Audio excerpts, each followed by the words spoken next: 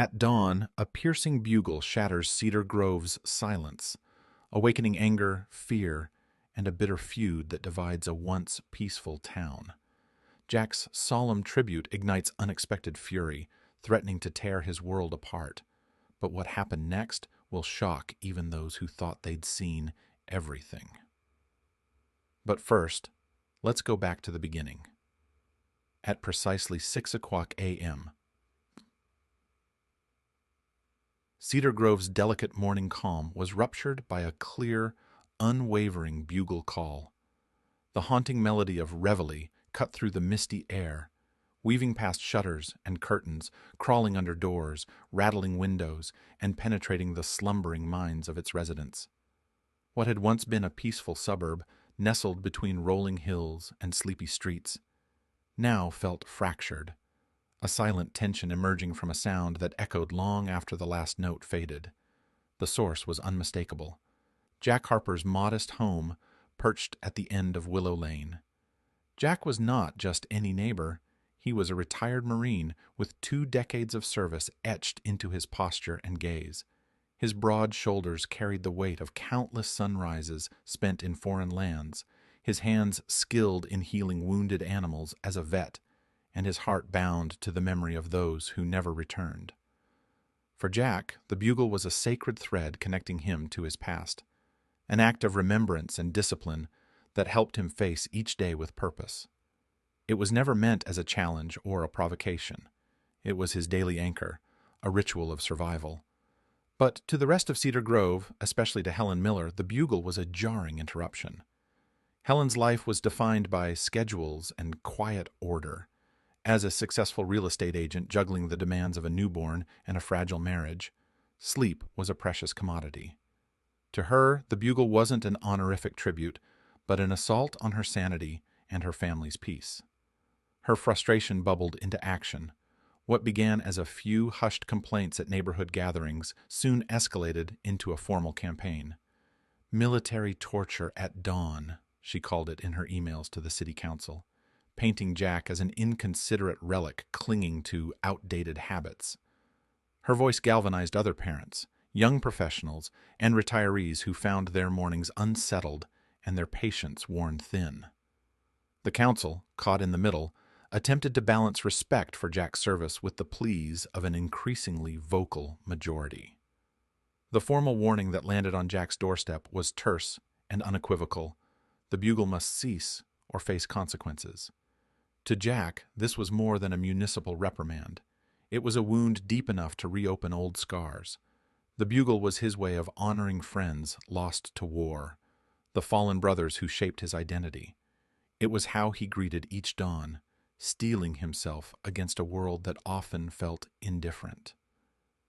To be told his ritual was a nuisance was a betrayal of everything he held sacred. Jack wrestled with the growing tension. He could see the irritation etched on the faces of neighbors during morning walks, overhear whispered judgments at the local grocery store, feel the weight of exclusion in a community he'd long called home. Yet the bugle was non-negotiable. To silence it was to silence a part of himself, a refusal to let grief and honor be buried beneath polite society's noise regulations. Jack's motivation was unwavering. He sought solace and remembrance, not conflict. But the neighborhood's response forced him into a corner, and the lines between respect and disruption blurred into a fragile fault line, threatening to fracture everything. In the quiet moments after the last note died away, Jack stood on his porch, trumpet in hand, listening not just to the dawn, but to the growing divide. This was not merely about sound. It was about history, memory, community, and the unspoken boundaries that define belonging. And with each new day, the battle between reverence and routine grew louder, the conflict weaving itself into the fabric of Cedar Grove's mornings, threatening to unravel more than just sleep. The campaign against Jack's bugle grew relentless, spreading like wildfire through Cedar Grove's neatly trimmed lawns and pastel-painted homes. Flyers, printed on cheap cardstock and plastered firmly to front doors, proclaimed in bold, indignant letters, "Respect our right to sleep. No bugle before 8 a.m." Emails flooded inboxes, each one a chorus of exhaustion and exasperation, urging the town council to act decisively. A petition, laden with signatures from tired parents and harried professionals, made its rounds from door to door, its paper edges curling with the weight of communal frustration.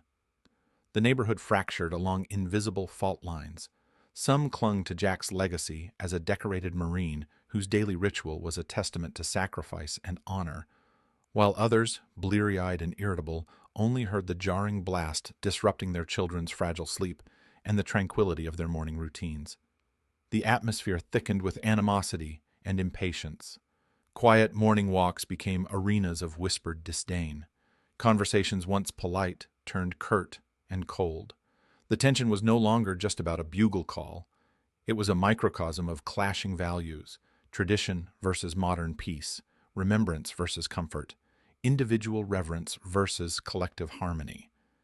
The town council, cornered by public outcry, scheduled a hearing that promised to be the stage for this simmering conflict to erupt. On the day of the hearing, the packed community center echoed with murmurs and shifting seats, the air heavy with anticipation and restrained fury. When Jack stepped forward, his posture was erect, but weighed with the burden of years and memories. His voice, steady and unadorned, carried a profound dignity as he recounted his 20 years in uniform. The endless deployments, the comrades lost to war, the hollow ache that never faded. He spoke of the bugle not as a mere sound, but as a lifeline, a ritual that helped him confront grief and honor those who could no longer speak for themselves. His words painted a tapestry of sacrifice and survival, of a man seeking solace in the continuity of tradition. Opposing him, Helen's voice was sharp, laced with exhaustion and the desperate plea for peace. She painted pictures of restless children awakened too soon, of sleepless nights that frayed nerves and threatened well-being. She invoked the ideals of community harmony, urging respect for the collective needs over individual rituals. Her tone was less about vilification and more about a pragmatic demand for quietude in a modern suburban life, a life that required order and rest rather than echoes of battlefields at dawn. The room crackled with tension, the divide palpable in every exchanged glance and restrained breath. Jack's heart ached under the weight of opposition. This was not a fight he had chosen, but one thrust upon him, where his very identity and grief became battlegrounds. He was not a man of anger, but of remembrance, and to be cast as a nuisance tore at the core of his spirit. Then, unexpectedly, a young Marine veteran rose from the crowd.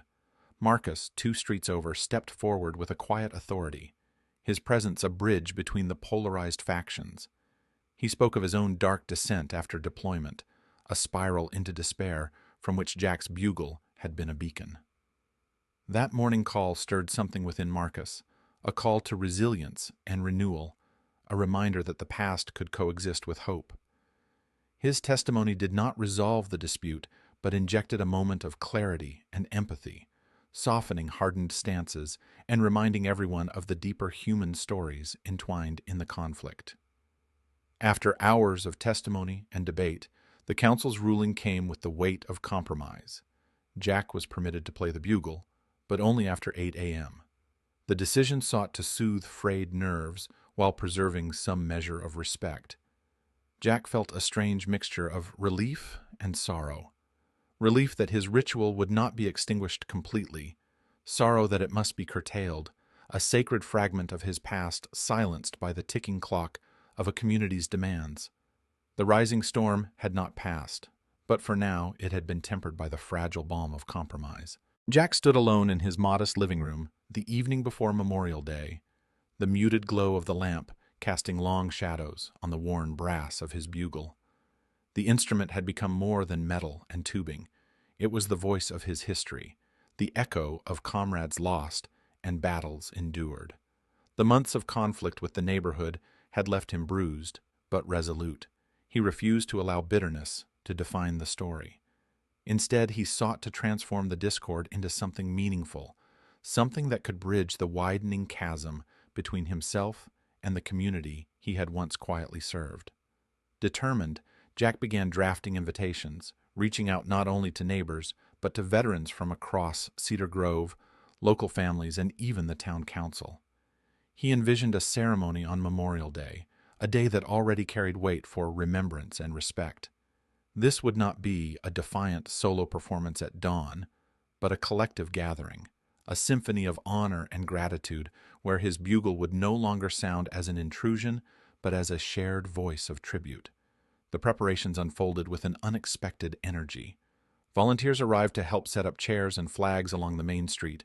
Local businesses donated refreshments, and the high school's marching band offered to join the Marine Band in performing reveille and taps. The town buzzed with cautious curiosity, some skeptical, others quietly hopeful.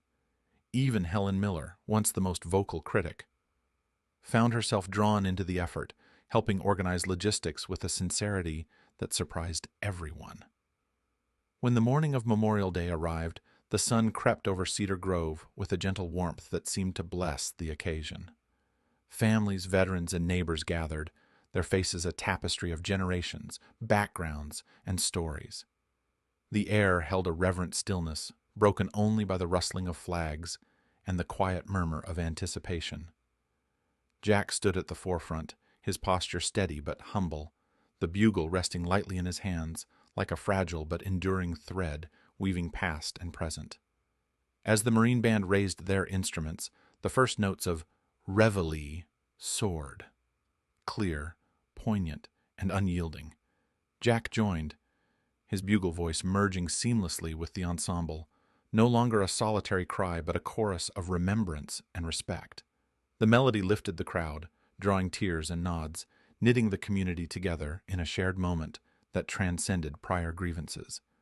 Later, taps echoed softly, a solemn farewell that spoke to sacrifice and hope alike. Helen stood nearby, eyes glistening as she approached Jack afterward. Her voice, usually sharp and impatient, was gentle and sincere. "I was wrong," she admitted quietly. "You weren't disturbing us. You were reminding us. Thank you." Her apology was not just words. It was a bridge rebuilt from the rubble of misunderstanding. Neighbors who once recoiled at the bugle now approached Jack with quiet gratitude. Children clutched their parents' hands, listening intently as veterans recounted stories sparked by the ceremony. The bugle had become a symbol, a living testament to personal sacrifice and community resilience intertwined. It was no longer a discordant note piercing the dawn, but the heartbeat of Cedar Grove itself. In the weeks that followed, the town embraced this new tradition. Memorial Day gatherings grew, weaving Jack's ritual into the fabric of communal life. His perseverance had not only reclaimed a sound, but had reshaped the neighborhood's very spirit. Jack's bugle taught them all to listen, not just to the call of the horn, but to the deeper stories beneath every note, every person, every dawn. The bugle's early morning notes no longer woke anger, but sparked understanding, respect, and hope. In Cedar Grove, it had become more than a sound. It was a final note of unity, a lasting harmony born from conflict, a tribute to those who served and those who dared to listen.